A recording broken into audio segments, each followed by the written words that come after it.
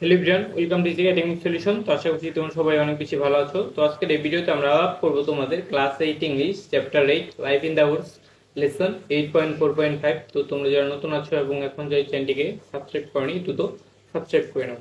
তো চলো আমরা শুরু করি।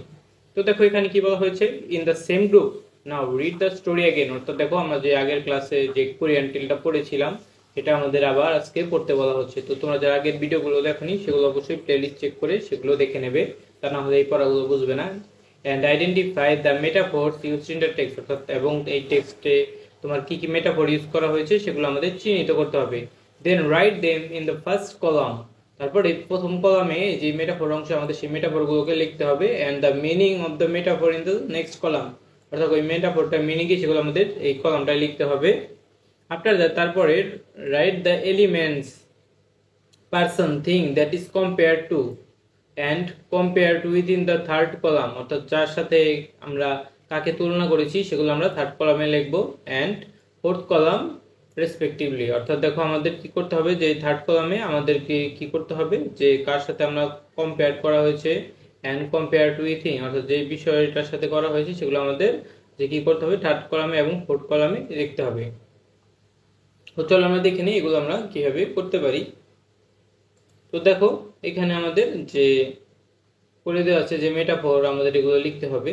তো এখানে আমরা কি করব, দেখো আমরা মেটাফোর হিসেবে এখানে কি লিখতে পারি, এক নাম্বার লিখতে পারি কি, এটা হবে আমাদের নাম্বার 1। এখানে আমরা লিখবো এ জেন্টল সোল, বা একটা যে নম্র বা একটা ভদ্র অমায়িক আত্মা। তো এই মিনিংটা কি, এই জেন্টল সোল মানে, তো in this metaphor the generosity and kindness of হুংবু, অর্থাৎ এই মেটাফোরের মাধ্যমে কি প্রকাশ করা হয়েছে, জেনারসিটি মানে হচ্ছে উদারতা, কাইন্ডনেস মানে হচ্ছে দয়াশীলতা, তো থঙ্গুর যে দয়াশীলতা এবং উদারতা ছিল সেটা প্রকাশ করা হয়েছে।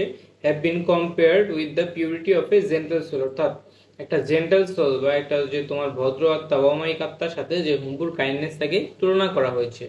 থার্ড কলামে দেখো কি আছে, যে element person thing being describe, অর্থাৎ যে বিষয়গুলোকে ডিসক্রাইব করা হয়েছে, কাকে ডিসক্রাইব করা হয়েছে, এখানে হুংবুকে কিন্তু ডিসক্রাইব করা হয়েছে যে হুংবু আসলে কেমন, সেটা আমরা এই জন্য লিখলাম এখানে হুংবু। এবং কম্পেয়ার টু কার সাথে তুলনা করা হয়েছে, এ পিওর জেন্টাল সোলের সাথে তুলনা করা হয়েছে।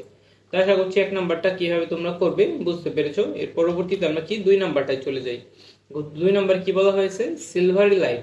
সিলভারি লাইট এই মেটাফোরের মিনিংটা কি দেখো, here the moon light has been compare to the reflection from a silvery object, অর্থাৎ দেখো এখানে বলা হয়েছে যে মুন লাইট অর্থাৎ যে চাঁদের যে আলোটাকে সেটাকে কি করা হয়েছে, কম্পেয়ার করা হয়েছে কার সাথে, the reflection from a silvery object, অর্থাৎ একটা সিলভারি অবজেক্টের সাথে একটা তুলনা করা হয়েছে।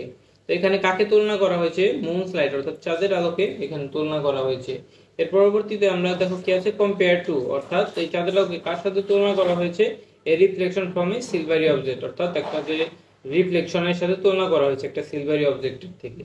এর পরবর্তীতে আমরা 3 নম্বরে যাই, দেখি 3 নম্বরে আমাদের কি বলা হয়েছে। দেখো 3 নম্বরে আমাদের আছে কি, শিমারিং সিন, অর্থাৎ এখানে এটার মিনিংটা কি দেখো, here the glossy brightness of seal has been compare to the slightly moving gentle light, অর্থাৎ যে সিল্কের যে বিভিন্ন কাপড় চোপড় আছে সেগুলোর যে তোমার যে ব্রাইটনেস আছে সেই ব্রাইটনেসটাকে তুলনা করা হয়েছে কার সাথে, এই ব্রাইটনেসটাকে তুলনা করা হয়েছে যে স্লাইটলি মুভিং জেন্টাল লাইট, অর্থাৎ একটা লাইট যখন চলাচল করে সেই লাইটের আলোর সাথে তুলনা করা হয়েছে।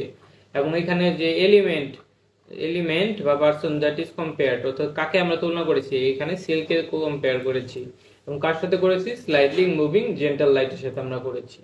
তো এভাবেই মূলত আমরা কি করব, যে এই টেবিলটা আমরা পূরণ করব। তো আশা করছি বুঝতে পেরেছো এই টেবিলটা পূরণ করার কাজটা তোমাদের কিভাবে করতে হবে। তো আজকে এই পর্যন্তই। এই ভিডিওটি যদি ভালো লেগে থাকে তাহলে অবশ্যই ভিডিওতে লাইক এবং চ্যানেলটিকে সাবস্ক্রাইব করতে ভুলবে না। তো দেখো এই যে তোমাদের এই কাজটা, এই টেবিলটা করার পরে তোমাদের এর পরবর্তীতে কি আছে, পরবর্তীতে তোমাদের কিছু কাজ করতে হবে, যে রাইটেড টেক্সট অন মেটাফর, অর্থাৎ মেটাফরের উপরে তোমার একটা টেক্সট লিখতে হবে। সেগুলো আমরা আগামী ক্লাসে লেখার চেষ্টা করব। তো এই ভিডিওটি যদি ভালো লেগে থাকে তাহলে অবশ্যই ভিডিওতে একটি লাইক এবং চ্যানেলটিকে সাবস্ক্রাইব করতে ভুলবে না।